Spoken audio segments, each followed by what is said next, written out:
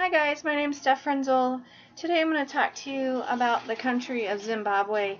It's kind of dear to my heart. I have one of my best friends is from there.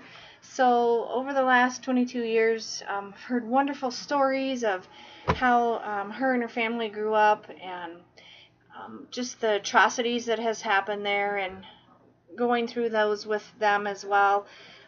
Lots of prayer on our end, and I'll cover that here in just a minute. But I just wanted to cover a little bit about the history of Zimbabwe, and then we'll talk about some really neat stuff that I know about. 16th century is when the Portuguese came into Zimbabwe, then followed by the British. And they came to colonize this country and use their natural resources and establish some trading centers there in Zimbabwe. At that time, his name was called Cecil Rhodes in about 1888, and what he did was he went to the local chiefs. This is very common in Africa that you have to go to the chiefs, request permission to sell products in their tribe, in their village, and then also purchase land. So this is what Cecil Rhodes did, and what they did was they got the mineral rights as well to Zimbabwe in that area, and he ended up the country was named after him, and for many years it was called Rhodesia, and that's what I kind of remember it as, is learning in school, is Rhodesia. Then I'll get into that in just a second, but 15.6 million people live in Zimbabwe as we know it today. It's about 3 times the size of England, so it's fairly large, very diverse, rich, full of minerals and natural resources this country has, and the people there is just amazing. What's really cool is my friend, she speaks Shona and French. That's the 2 languages that she's learned over the years, and of course English because she lives here. But it's really neat to hear them sing in African Shona. It's just amazing. It's beautiful. Very traditional family is huge, very important for the Zimbabweans. They have a hierarchy, and there's an elder in their family. All the older people are considered elders, and it's very, very important that when you do come to your elders to greet them, the women curtsy, the men bow out of respect. And the big thing, which was really hard for me to learn, is you're not to have eye contact, which is completely different than what Americans do. So we can't have any eye contact with the elders unless they initiate it. So really kind of a neat thing. But family is huge. It's very important for them. And my friend told me about many stories, like I said, of her growing up in the village. They were white farmers, and they had many, many farms, very, very wealthy farmers. They came in the 50s and acquired land. And they had crocodile farms, ostrich farms. They also grew tobacco and corn. And the whole village was pretty much employed there, so it was very industrious. Everyone had a job, everyone was making money, everyone was doing very well and eating.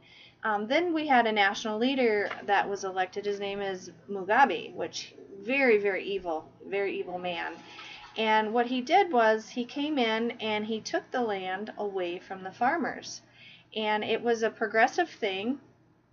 And what they did was they brought in these veterans of the former war, and they allowed them to squat on their land. And my friend Dion told us a story one time, well, there's many, but I'll just share one, of her brother being beaten almost to death. Her and her sister found him out on one of the farms, and they rushed him to the hospital in hopes that he would survive, which he did. The women escaped right away. The father and sons stayed back to try to man the farm and keep the income coming in. But as we know, it didn't to no prevail. They had to leave for their own safety. Many times they were beaten, things were stolen from them, squatters came in, and all the villagers in the area were out of a job now. They had no income. So a lot of them had to move as well just to find food to eat. So it's caused a major problem in the country. Now there's famine in the country that was not before because the farmers are not farming. The vets that came in, they were not farmers. They were only self-sustainable farmers. So they only grew for themselves. They didn't grow in mass quantities for the country. So it's been a really, really sad story. Another thing that was really interesting to hear is my friend was a very devout Christian, and they have huge ministries there for the needy. And there's a huge AIDS epidemic in this country. About 1.4 million people today have AIDS in Zimbabwe. Well, if you take 15.6 and subtract, 1.4, that's a huge amount of the population. And the average lifespan for Zimbabwe is about 34. So many people don't live past their 30s, which I'm 48. I just can't imagine. So we have a lot of orphans in this country as well. My friend's sister and brother-in-law, they started to see the needs, and they started a ministry called childlegacyinternational.com. I didn't encourage you guys to look that up. It's really a neat program. They have programs in Zimbabwe, but there again it got so volatile that they had to leave the work to the indigenous people, the black people there, unfortunately. But they still support them, and they're also in Malawi doing the same thing they were in Zimbabwe.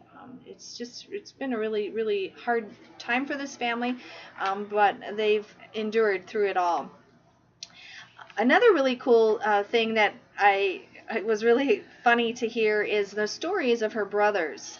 They were pretty funny kids, but they had crocodile farms, and she told stories about they would go in and try to steal the eggs from the crocodiles, and also the ostrich farms. And the one brother was chased by an ostrich, and of course he did not make it up over the fence like he should have, and got beat up pretty bad by the ostrich. And had his dad not been around, he probably would have been pecked to death. But they're very, very aggressive animals. And in my blog I have a picture of an actual ostrich egg.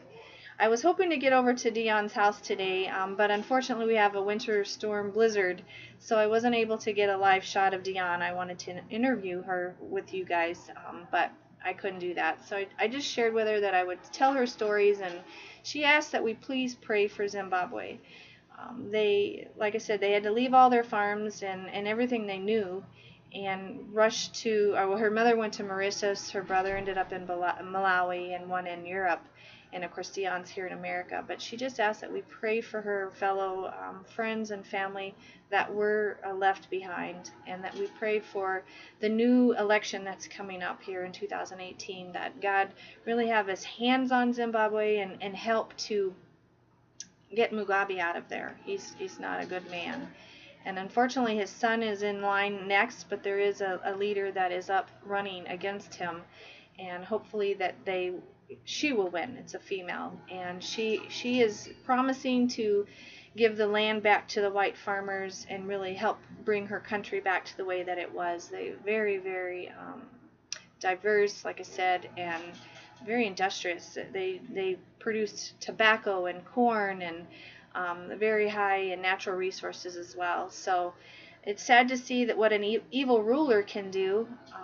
In fact, Dion's mother told a story to me years ago that when all of this happened, when Mugabe came in, the hyperinflation was so high that it was to astronomical numbers. And she told me a story of having to be in line for fuel for their vehicle on the farm. She would send the worker out a day or two in advance, and they would sit in line, and what used to cost maybe $100 to fill up a big fuel vehicle for the farm, they would have to take suitcases of money to go pay for the fuel. And I asked Monique, I said, well, how much money was it in Zimbabwe dollars? And she said, oh, it was over $1 million Zimbabwe dollars to fill up their fuel for their farm truck. And I thought, wow, can you imagine having to get that many dollar bills to go pay for gas?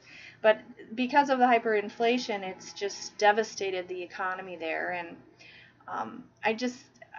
my heart goes out to these people, that just such an evil man can cause a country to fall apart.